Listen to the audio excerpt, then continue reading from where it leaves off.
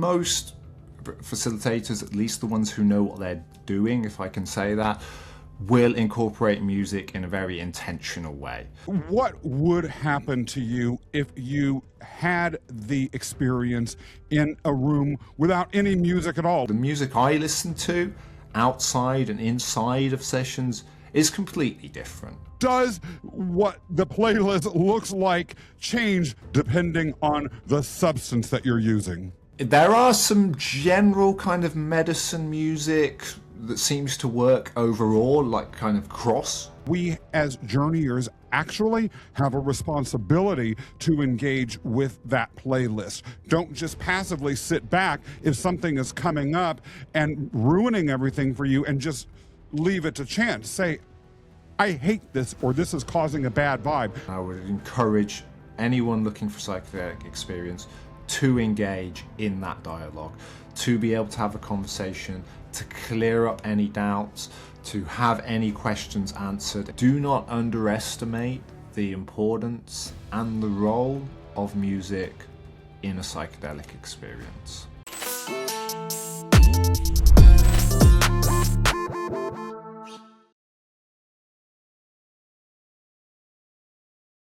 If you're thinking about going on a psychedelic journey, or even if you've been on a whole lot of these journeys, one of the scariest things to consider, honestly, to even think about in the back of your head is having a bad trip. Bad trips aren't just scary. They're not just disturbing. They're not just terrible memories or horrifying, frightening things to live through. They can lead to all sorts of traumas, everything from post-traumatic stress disorder to psychotic breaks. Harm reduction is one of the most important elements of a successful experience in the psychedelic world. Today, we're going to talk about an unexpected but extraordinarily important way to help make sure that your trip doesn't needlessly end up in the bad category. That secret is the use of music when you're on your journey. We have with us today an extraordinary guest who's going to share a lot about music, harm reduction, safety, and making the most out of your psychedelic experience right now. John Robertson, welcome to the Webdelics podcast. Thank you for the warm welcome, Scott, and it's a pleasure to be speaking with you on Webdelics today. It's phenomenal. Why is music so important, John? Let's just lay it on the line. Sure. I mean, we always hear in psychedelics, set and setting, these two big things. And when you're in a psychedelic trip, music becomes almost the entire setting. It becomes almost the entire environment in it. It's such a huge part of this setting.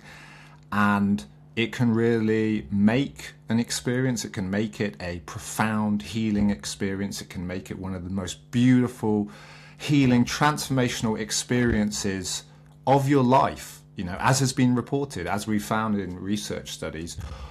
Or music can, if not chosen carefully, or if it's not used in the right way, or there's a wrong selection or a mistake, it can go the other direction, and it can lead to, on the extreme end, psychologically damaging experiences, what we might call bad trips. But or it can just be as maybe negligible as just not making the most out of your experience. But it's the full spectrum, and it has such a huge impact, and that's really why it's so important. It has so many functions. In a psychedelic experience, it can calm, it can soothe, it can arouse, it can produce catharsis. It can really do a lot of things, and that's true sober, without any substances. But as we know, psychedelics amplify, they magnify, and so the effect and the power of music is only magnified and amplified during a psychedelic experience. So I think it's super important. It is being talked about more, But I think that's good. It needs to be, because it's kind of been a little bit of a unsung hero in some ways, and a lot. I mean, it's not that often talked about. All of these amazing research studies that we hear about, treatment-resistant depression, breakthrough therapy, these amazing results that we hear. In all of these studies, music is an integral part of the psychedelic-assisted therapy, which is not that often talked about. I don't think it's talked about enough. So yeah, music and the playlist and the choice of music is a fundamental part, and it's so important for psychedelic experiences. And John, I gotta say, going as to what you just said, even here on the Webdelics podcast, this is the first episode we've had that has focused on this topic. It's hard to imagine, when I look back on the episodes that we've produced so far, that we haven't done this yet, because it is that integral. But let's say you're someone who is, for the very first time, considering having a journey with some sort of sacred medicine. What would happen to you if you had the experience in a room without any music at all? Let's say you found some silent space in your apartment or in some remote location. What would that mean for your experience? Maybe I'll begin by saying what music would do, and then giving the contrasting. So music can guide. It can help to settle someone in the early stages of a journey, and it can help to bring an emotional, it can steer someone's emotions and guide in a kind of emotional arc during the peak of their journey, and it can also help to bring them down to land gently. So if you take that away, you don't have this guidance. You don't have this, what's been called as the hidden therapist. You don't have this, I like to think of music as an unseen facilitator. You don't have this extra facilitator on hand. And that's not to say, I'm not dogmatic about it, about a specific way. It's not to say that some people, especially more experienced people, wouldn't be able to handle or to have benefit from an experience without any music, but they would have that lack of guidance. They would have that lack of structure. Music, it also adds a structure to the experience. It's a kind of container. It helps mark the passage of time, because there's an element of, there's something that you are there in the experience with, that you can relate to, which, if you're in a deep psychedelic experience, the normal fabric of reality is stripped away, and so you have this relationship to something, and that can be extremely comforting and extremely helpful and supportive during experience. So if you take that away, you take away that support, you take away that guidance. And yeah, not to say that especially more experienced people, or that someone couldn't have a good experience, but you won't have that function, you won't have that support. So yeah, that's and then who knows what can happen. Really, it's hard to predict, but you're taking away, music is a huge variable in the experience. So you're just taking this away, and I would say, I guess, more is being left to chance. And when you are new to this world, especially if it's your first try, or you are someone who has had trauma or other psychological or emotional or spiritual challenges that often lead people into the psychedelic space, when it comes to healing or coming to a resolution about these issues, Scott Mason, would want to leave as little to chance as possible. If I am looking for my first psychedelic journey to be something that is constructive, positive, and doesn't rip my life apart even more than it has been already, then the last thing I want to do is open myself up to a situation in which I'm knowingly setting myself up for trouble. Hence, what I would do based on what you've said so far, when talking to a potential facilitator, is ask, well, do you include music in your setting? And if so, what does that look like? Is that what you would do as well, John? Absolutely, Scott. Yeah, that would be if they didn't bring it up themselves, if they didn't mention that, I would definitely be asking questions. I would assume, and most facilitators, at least the ones who know what they're doing, if I can say that, will incorporate music in a very intentional way. They'll have a playlist that they know that the playlist will be built with psychedelic sessions in mind. It won't be, left to the algorithm of Spotify or on a shuffle. It won't be randomly jumping around. It'll be specific music with certain traits that support the experience for the different phases of the experience, the beginning, the middle, and the end.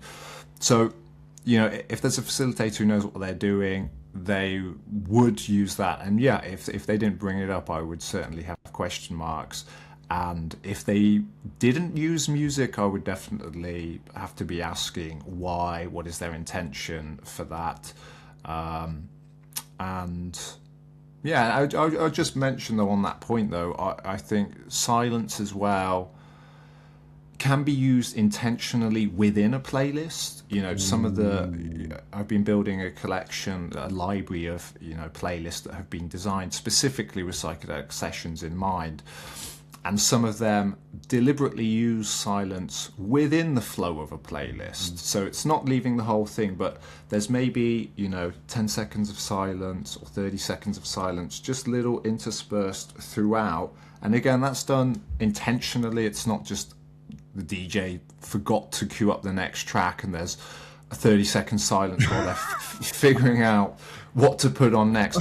It's deliberately put in after there's maybe been a swelling, where the music's hit a swelling and it's then brought back down, and it's just intentionally put in for someone to take a breather, to reconnect with their breath, to reconnect with their body. If the last track's maybe been especially emotionally heavy, or there's been a certain wave that's been built into the arc of that playlist. So it's not to say, all silence is bad. Silence can work as medicine as well, if used intentionally, if put in there deliberately and carefully. But yeah, there's room for both, and some people find those parts really useful to reorient an experience, but they are short passages that are put in a few times perhaps in a playlist. John, that point about intentionality takes us right into the next subject that I wanted to talk to you about. But before we get into that, I did want to briefly detour into that whole discussion of silence and then take it back into this next topic. The idea of silence during a psychedelic journey is, for me personally, very frightening because I have tinnitus. And it's not a horrible case, but for instance, I have a very difficult time meditating in silence. I have to have something in my ear, or that tinnitus, I can't even get into the meditative state. If I wake up at night and I can't get to sleep, oh my God, there's this incredible podcast that I listen to that has 8 hours of music that is designed to support falling to sleep and then giving you a nice, relaxing sleep experience. Some of this podcast episodes even have bedtime stories in them, which I love. I didn't think I would, but I love bedtime stories. Anyway, I'm going off here. One of the things that's notable about this podcast that has this sleep music is that it's essentially a very short snippet of music that is tied together and just played over and over and over for 8+ hours. So there's no sense of journey in it. There's no sense of intentionality outside of, I guess, maybe the intentionality of the consistency of that sound itself. And one of the things that intrigued me that you mentioned earlier going into this next topic is the idea of psychedelic music playlists or psychedelic music structures during the journey, having this sense of having an arc or variations in mood. You even talked about different types of music or different vibes that the music might send out at different phases during the psychedelic experience. Talk to us a little bit more about what that looks like and why that's so important. Absolutely, Scott.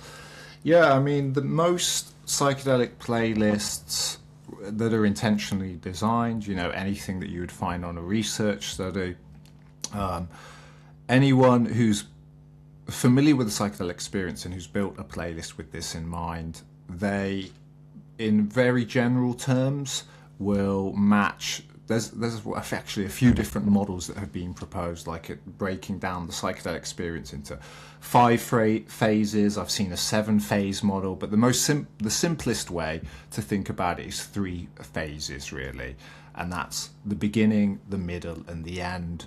Or, the beginning being the kind of come up, the middle being the peak, the most intense part, and the end being when you're coming back down to earth. So any intentionally designed playlist will have these phases of a psychedelic experience in mind, and will have music for those specific sections to match the arc. So at the beginning, when you're coming up, is when you're maybe needing to settle in more. And, because each of these different phases will have different needs or different purposes. The music will play a different role. In that beginning phase, we want to settle and ground and promote a sense of safety and trust in the experience. So the music there is going to be gentler, smoother, it's going to be more like nervous system regulation. It might be more similar to, this sleep music that you listen to. Predictable.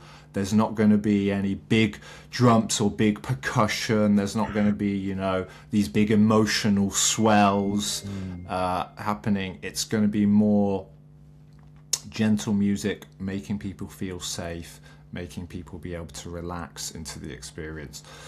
And then as the intensity increases, once that safety has been established, then we move into that middle section, the peak of the experience. And that's when there'll be a more emotional range. There'll be a chance to explore more for the person. The sense of safety's been established now, the trust is there. They're more able to let go. As we know, a huge and important part in transformation in psychedelic experiences is being able to establish enough safety and trust for the person to let go. It's not about forcing a breakthrough. It's about creating the conditions that allow a breakthrough to happen. So that middle section, then once the person's feeling safe, then it's going to be more perhaps evocative music, cinematic music. It might be epic, it might be spiritual, it might be heart opening, it's going to be cathartic. That's when we're going to be feeling the feelings. We're going to be going through, we're going to be doing the inner work, we're going to be having the release, we're going to be breaking down in tears, we're going to be, whatever it is that we need to do, that's going to be different for different people and different sessions.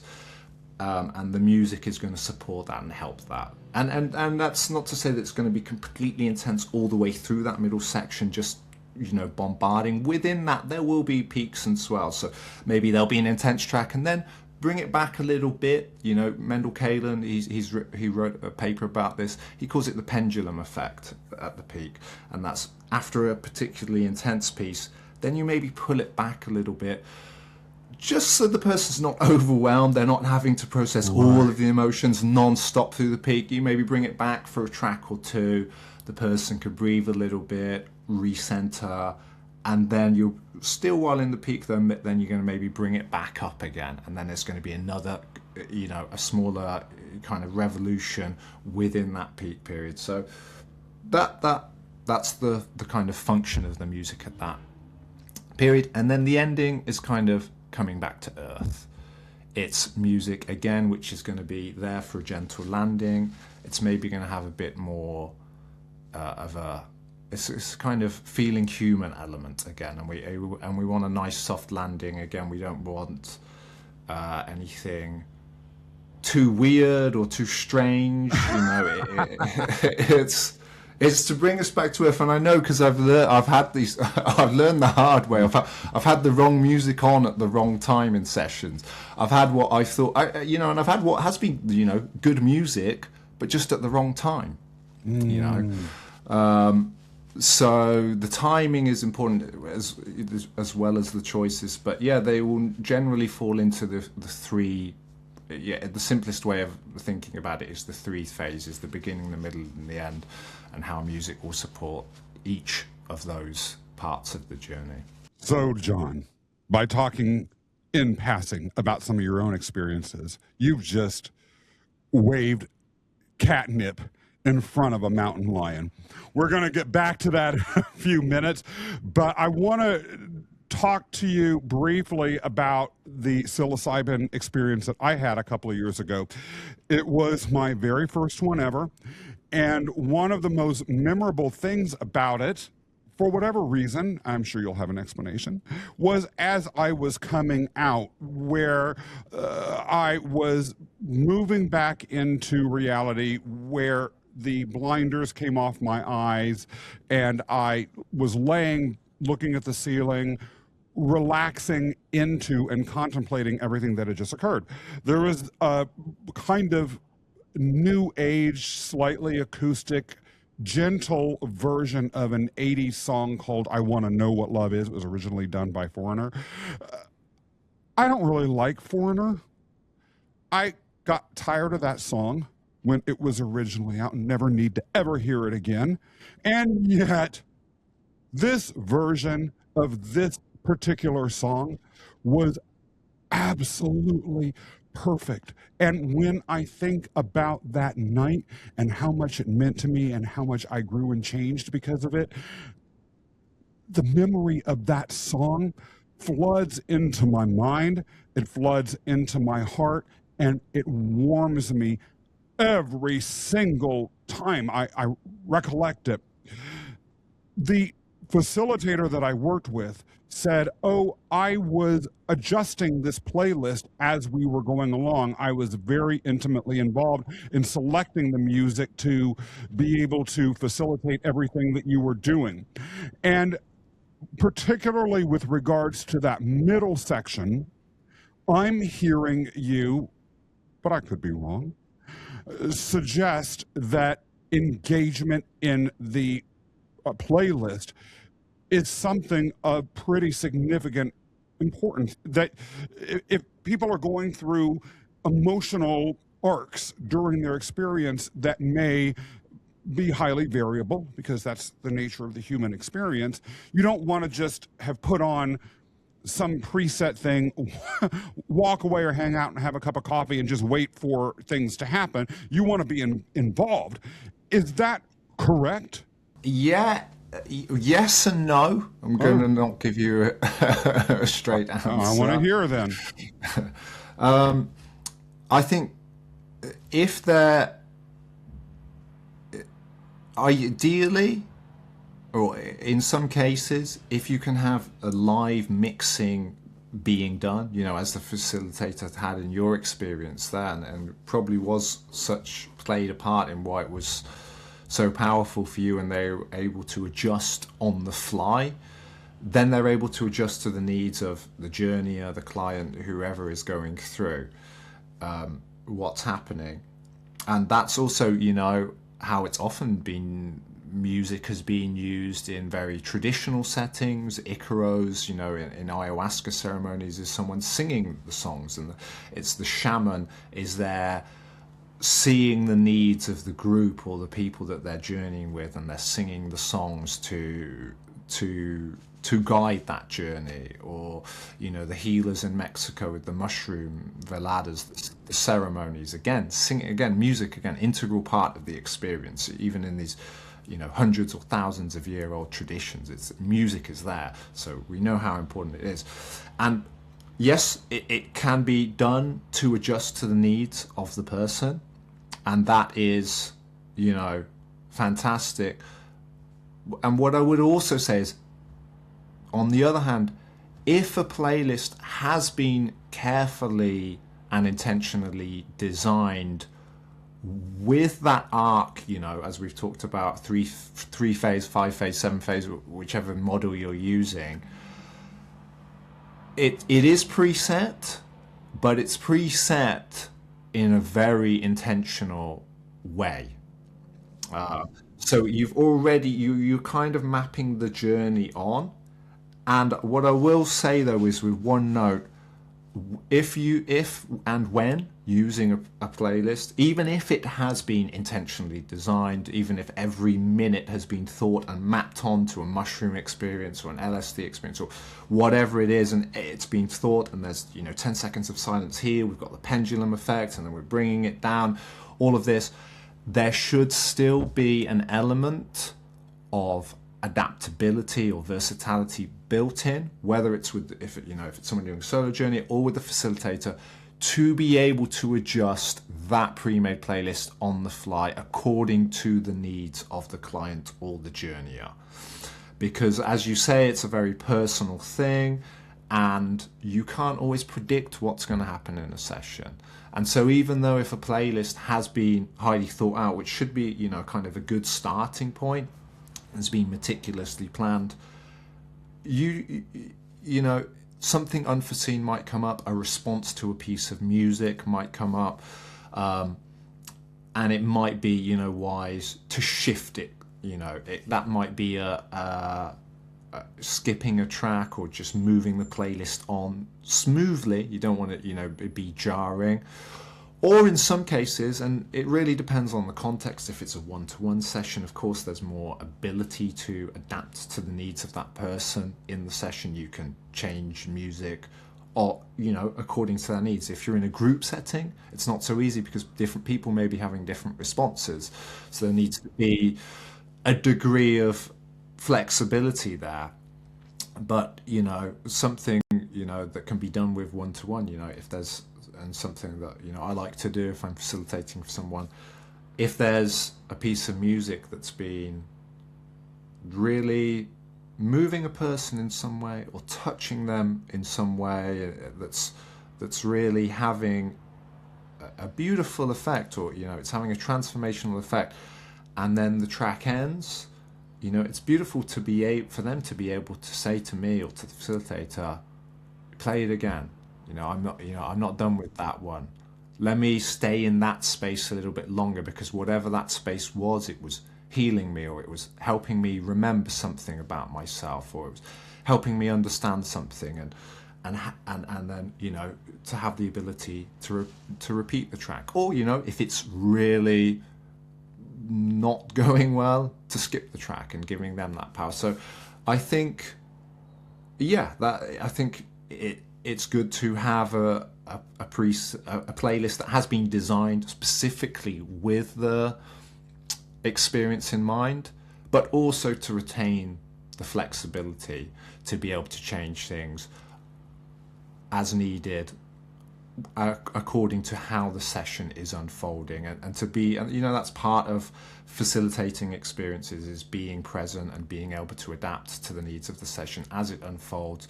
Because like life, psychedelic experiences aren't entirely predictable. We can go in with best laid plans, we can prepare to the nth degree, but sometimes things happen that are unexpected, and it's nice to be able to have built in a little bit of flexibility or adaptability and to be able to change things on the fly.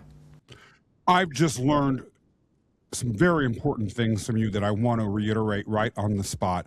When I am having my initial meeting or meetings with the facilitator, I, Scott Mason, and perhaps other people who are listening to or watching this episode would want to consider asking, one, what is the structure of the musical setting going to be like? And learning, is it going to follow this 3-act or 5-act or 7-act structure that you mentioned, or is it just going to be one thing played over and over again? Number 2, to what extent is the facilitator engaging with the music playlist as the experience goes on? And then number 3, ensuring that the facilitator understands that we, as the journeyer, have the right to be able to engage with the playlist too. And in fact, if there's an immediate and dramatic takeaway that I honestly had never thought of before, but that you just pointed out, is that we as journeyers actually have a responsibility to engage with that playlist. Don't just passively sit back if something is coming up and ruining everything for you and just leave it to chance. Say, I hate this, or this is causing a bad vibe. Turn it off, please. We have that power. Are there any types of music generally that are no-goes during psychedelic journeys? For instance, I am the king of EDM. I will want some jam and dance music with all sorts of stuff going on in my waking life day to day. Maybe is it best for me not to have all of those dance floor peaks and valleys going on when I'm dealing with, recovering from abuse scandals that I might have had, or are there other things you could be thinking about? I mean, maybe it doesn't match. I don't know. Maybe that's just me. No, it's a good question. It's a good thought, Scott, and definitely, good to any questions that come up, are worth asking, your facilitator about or thinking about. And, I'd say there's, again, try not to be dogmatic, but there are some maybe guidelines rather than rules that are generally useful to follow. And this is, in the context of using psychedelics for healing or inner work or personal growth or introspection, this sort of thing, when we're really using them as a tool to learn and grow about ourselves and to look inwards. And as I kind of previously mentioned, there's music that will fit the different phases. So bearing that in mind, some music might not be wrong altogether, but it might just be wrong for the specific section that you're in. Then one of the other big ones, kind of guidelines, is music without recognizable lyrics during the peak of the journey, or sorry, lyrics in a recognizable language. And this is, again, this is it's a philosophy, and it's widely followed in, again, studies, research settings for psychedelics. And this is to stop the kind of cognitive pull, as it were, of lyrics and of words, because words in a language that we recognize,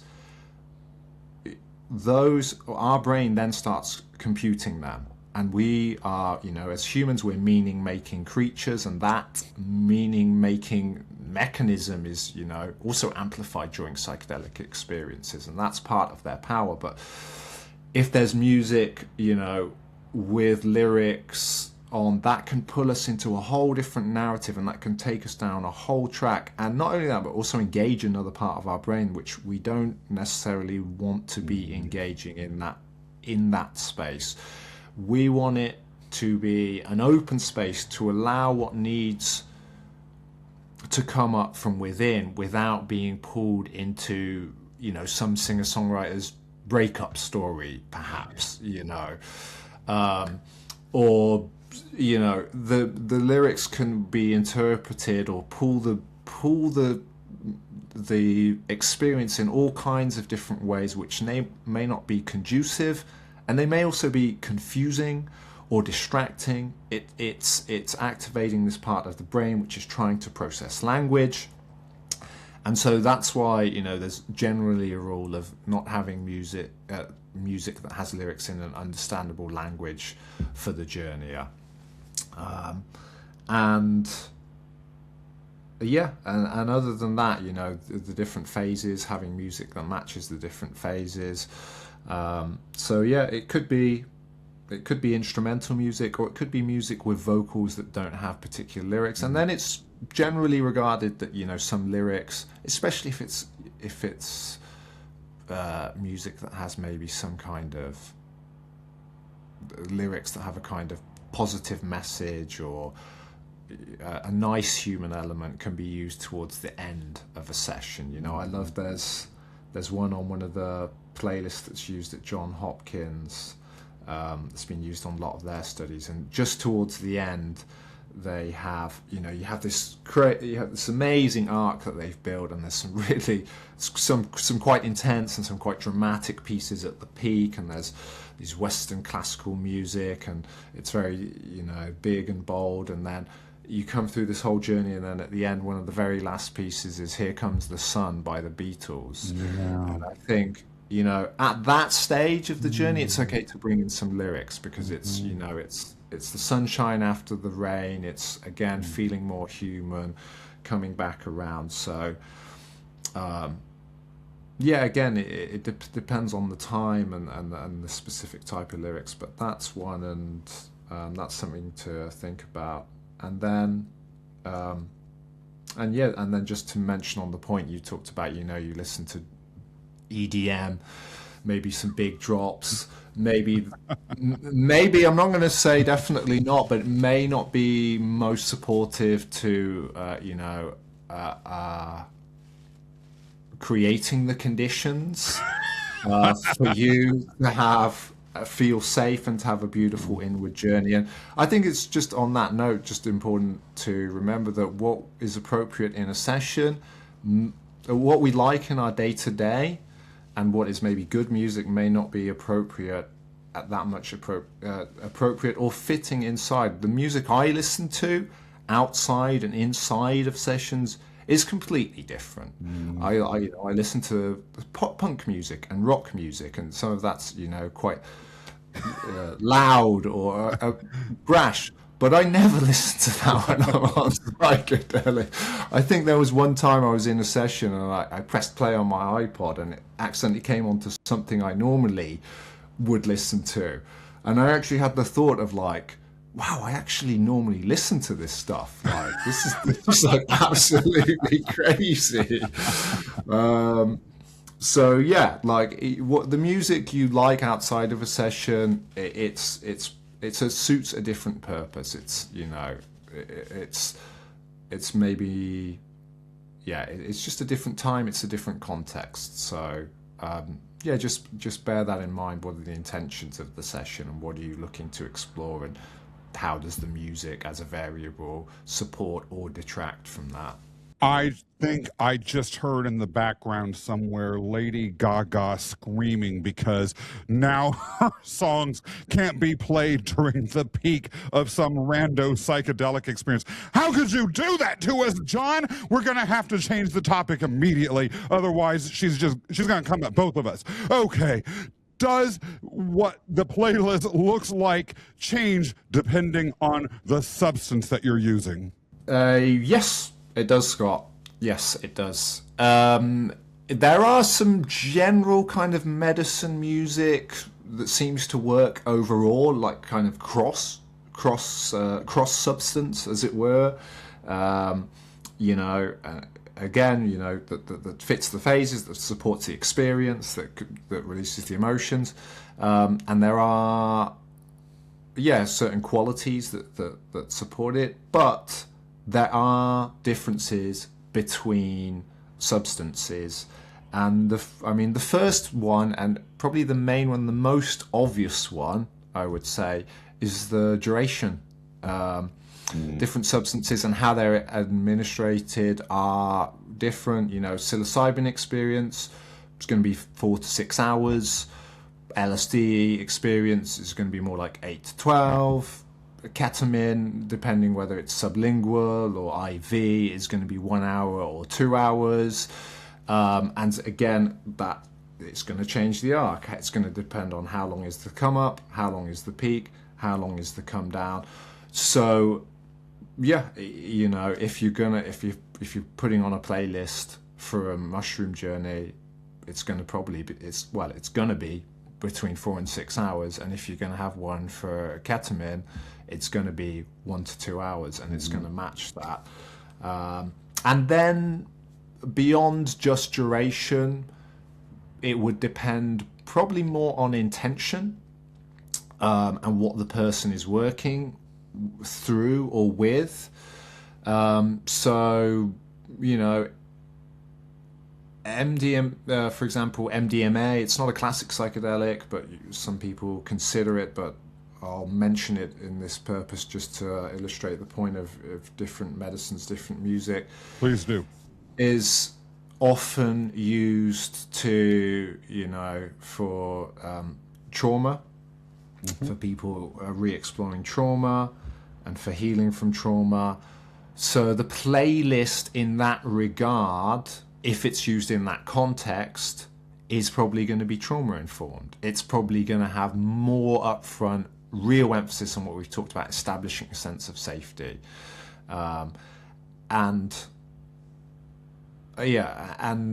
depending on the person's intentions, again, it depends on the setting, but if it's, you know, a one-to-one work, the musical choices can be more personally tailored to the person, and music can be used, you know, kind of to the tastes a little bit. There, as I say, there's some kind of general music which seems to work well, but the music taste can be tailored to the person and their intentions. So if they're, for example, wanting to connect with their heart center more, or they're wanting to connect with, you know, loving kindness, an essence of loving kindness, or that's more a focus for the session, then the music may change a bit in that regard. Musical choices that have that kind of feeling or that vibe built in.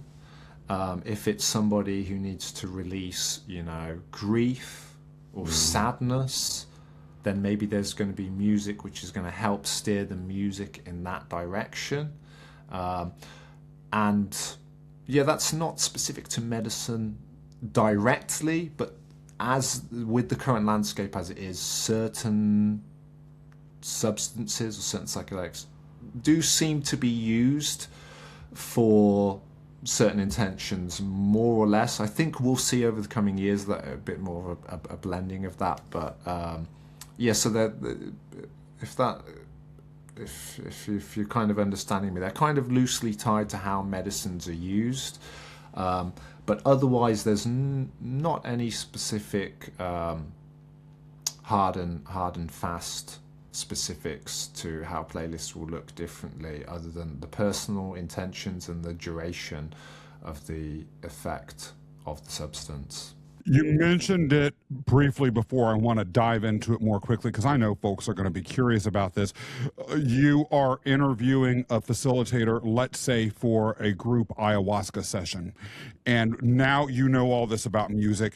How do you inquire about the relationship the facilitator will have with music?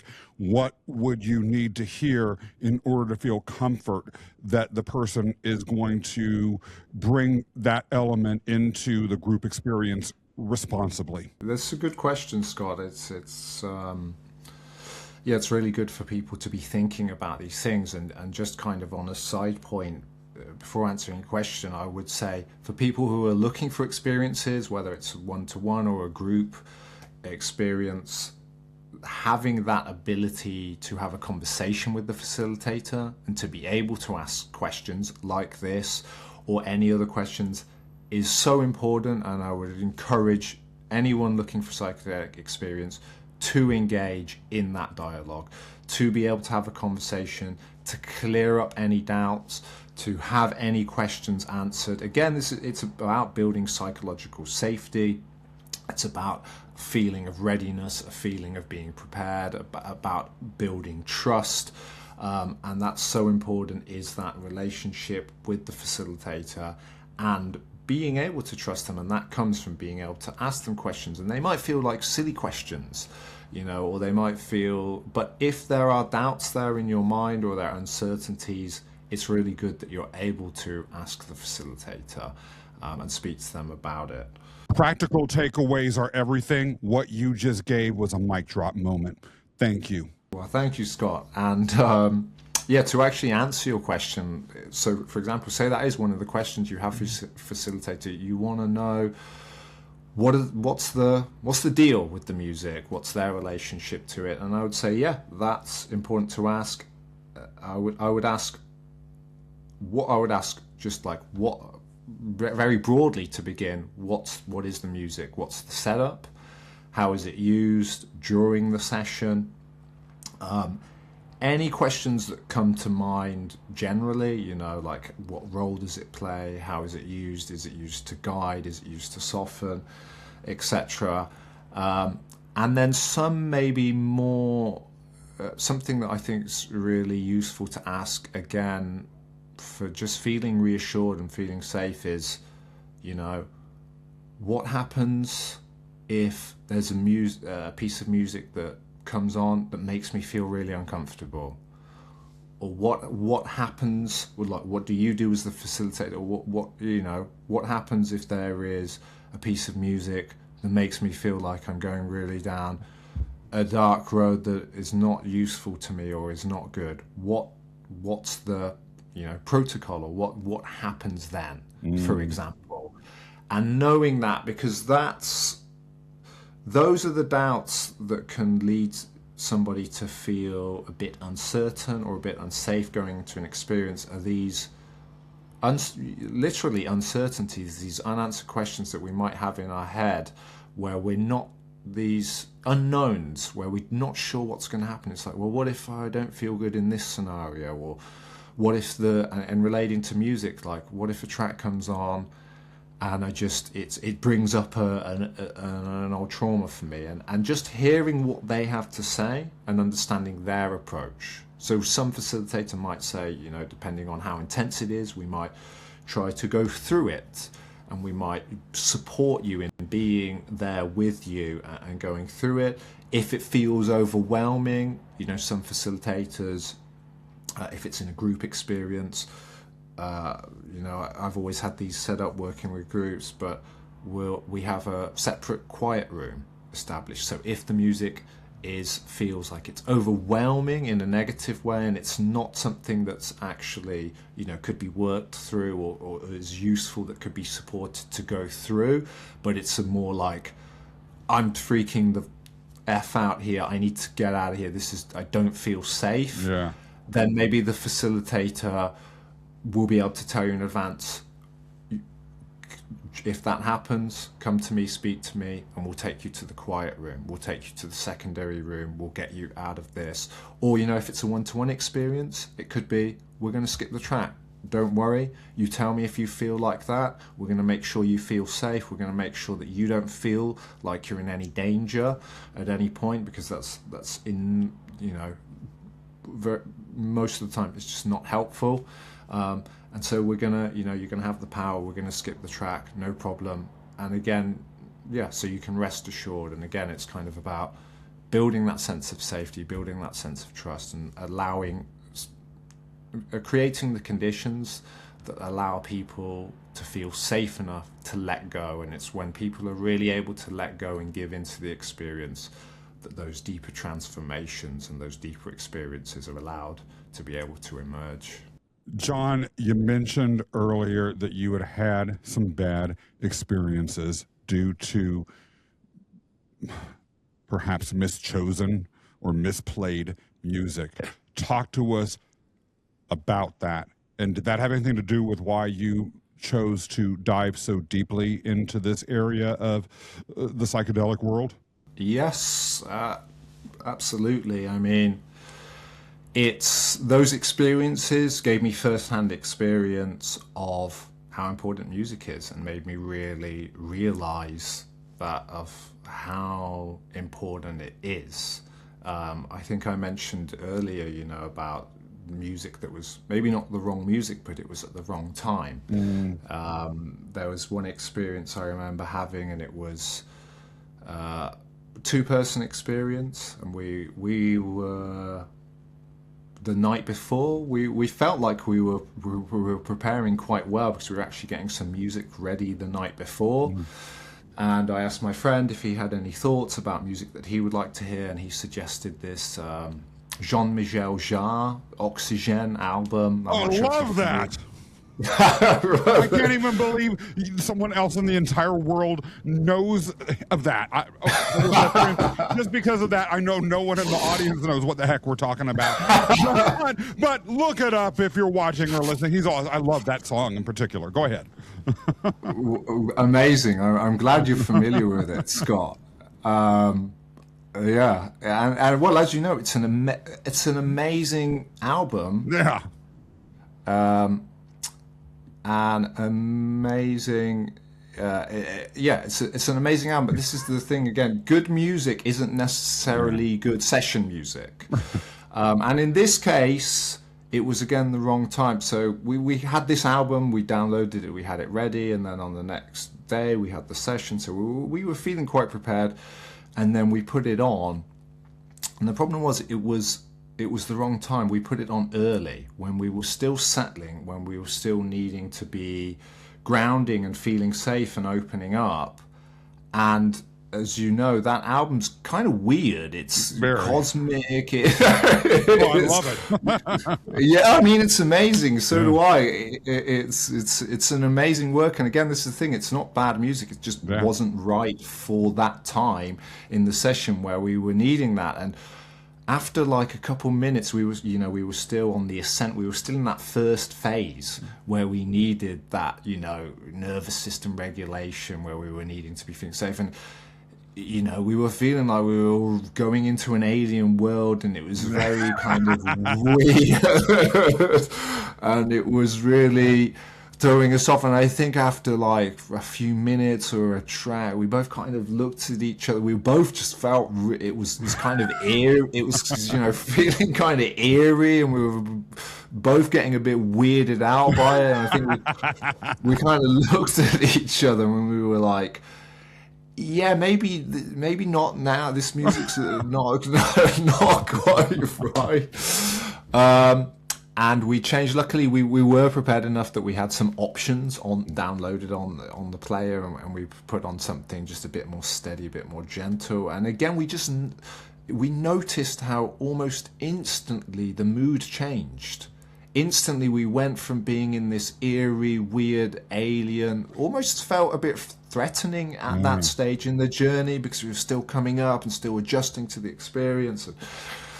And we put on something much more gentle, some ambient music, steady, and we could almost instantly feel the change. And after a few minutes, as we had a chance, the music was doing its thing. We relaxed into the experience a lot more, and we felt it change overnight. And that's that's one experience. And there's another. I don't know if you want to hear, but I'll maybe mention briefly just another group session, and it was basically very interesting music, world music from cultures around the world, but it wasn't sequenced. It was just like all these tracks had been put into a playlist, and we thought it would be interesting, but there was too much context switching. There was no sequencing, there was no arc, there was no flow, and it felt like we were just being thrown around the world when what art were like beautiful pieces of music and from different cultures and traditions around the world, but it wasn't structured in a way, and it was just almost disorienting, and we felt like we were just being thrown around all the time, and it could never really settle into the experience. Fortunately, that time we did have the quiet room set up, and I remember like at a certain point of just not being able to settle into the trip, moving myself into the separate quiet room and being able to get away from it. And I had some headphones in there and put some other music on that had been prepared, and again, like night and day, just completely changed the feeling, the trajectory of the trip. I went from being disoriented a little bit and just not feeling safe, not being able to open up, feeling like the room I was in was being constantly changed, to being able to settle in to something with a flow that was unfolding, and that was supportive of the experience rather than detracting from it. And with that in mind, I would imagine that has to have influenced how you put together the playlist that you have for the project that you have brought into the world. And maybe it even influenced your journey into this space. Maybe if you could tell us a little bit about how you got here and about these playlists that you have put together. Yeah, absolutely, Scott. These experiences showed me the importance of music and made me understand how it can completely change an experience, from one minute to the next. And that, inspired me to find the best playlists available.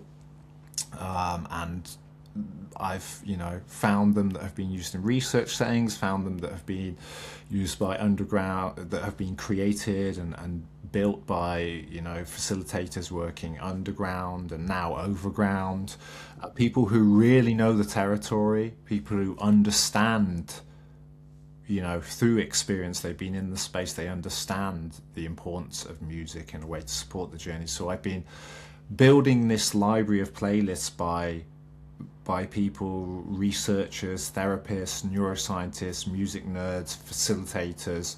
I've been building this collection over the years, collecting the best playlists from people who get it, basically, from people who understand the importance of music, from people who have intentionally designed these soundscapes to support psychedelic journeys.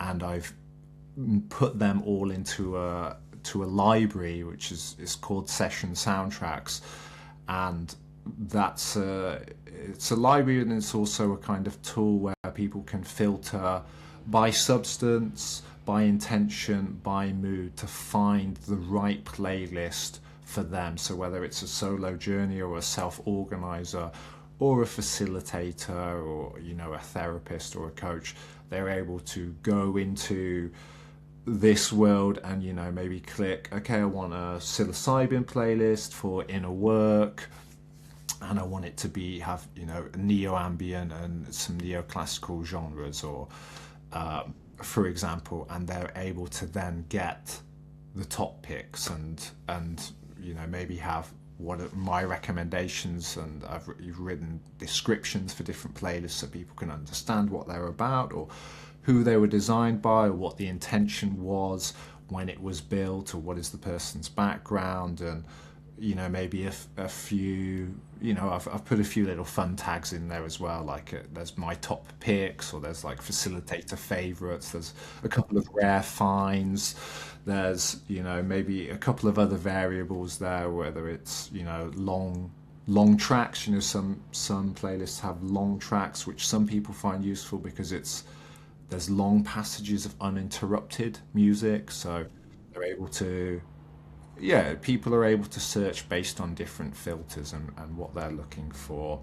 And I built that, or I was inspired to build that because of my understanding of the importance of music that's come about from my own experiences, and from supporting other people in their experiences, understanding and witnessing and seeing the importance of music and just how much of a difference it can really make to an experience. There is an action step that anyone can take right now, based on what you just said. Go look this up. Links for more information about you are in the show notes or the captions if you're watching on YouTube, and maybe just shuffle through it and think about, well, if I'm considering this, what might that look like? Or if I am contemplating having a discussion with my facilitator about that, well, what are some ideas that I might have about what that could look like, or how can I frame the conversation based on all of these things that you've just shared? That might be really helpful. And that moves us into directly the final part of the conversation, which goes as to big picture. You can't leave this show without them takeaways. If there is one thing that I will take away from this conversation. It is actually something that I've never thought about before that goes far beyond music, but that you've really hit on the head, which is making sure that at every step during the psychedelic journey process, you're aware of the power that you have as the journeyer to co-create what's going on during your experience. And that means literally, like we talked about earlier, when you're meeting with that facilitator, considering all of the things that you mentioned earlier. Are you comfortable with the person? Are they knowledgeable? Are they answering your questions? Are you having any gut instincts that make you feel weird? But also exploring deeply around the music. What is the structure of the playlist? To what extent are they engaging with it? Do they use music at all? To what extent are they comfortable with you engaging with it?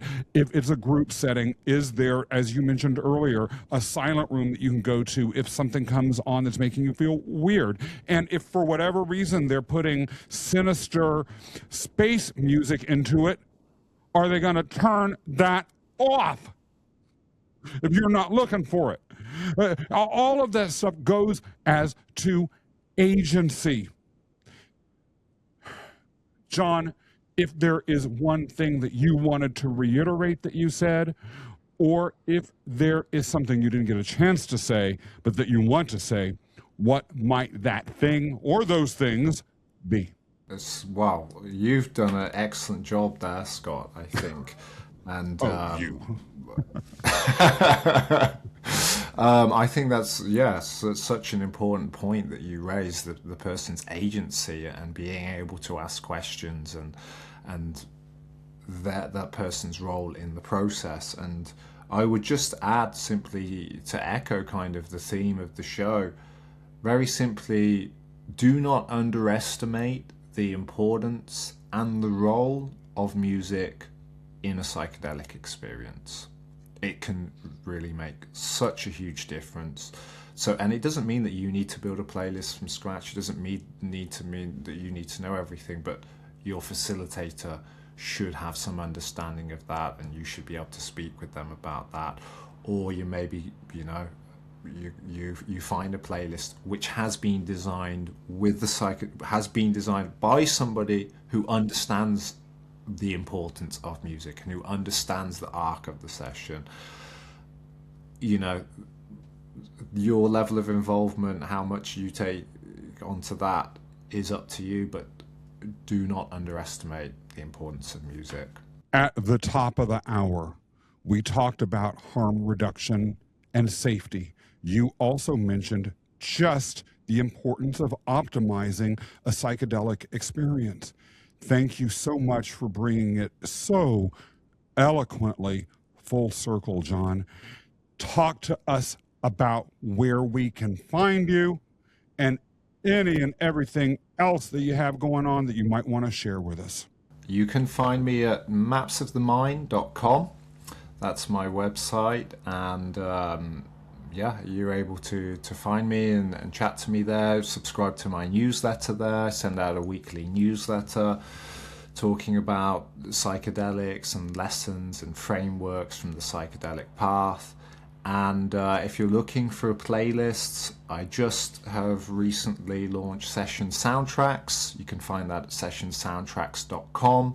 There's a library of curated playlists there for people to use, and I hope anyone there enjoys looking around and enjoys using the tool. I know I will. And anyone who is curious about learning more about this, as anyone who's interested in psychedelics should be, I have no doubt will be curious as well. Thank you so much for being a part of the show today, John. Thank you, Scott. It's been a pleasure to speak with you on the Webdelics podcast. And thank you again. It's been really enjoyable speaking with you. It's been a blast. If you enjoyed this episode, be sure to press the subscribe button or the follow button, depending on whatever platform you're on, so that you get notified every single time a new episode comes out. And make sure that you leave a 5-star review if you are on Spotify, Apple, or Amazon. If you are on YouTube, leave a comment below and also press the thumbs up button. Then, once you've done all of that, make sure that you go to our website at webdelics.com. That's webdelics.com. Sign up to our newsletter. We've got all sorts of really interesting, informative, and very carefully curated content that will come your way. And for more easily digestible information, if that's what you're looking for, go to our various social media sites and please follow us there, where you will get stuff every day that will broaden your mind and help you understand, as well as have practical takeaways into your own journey into the world of psychedelics and plant medicine. Finally, be sure to come back next time for another episode of the Webdelics podcast.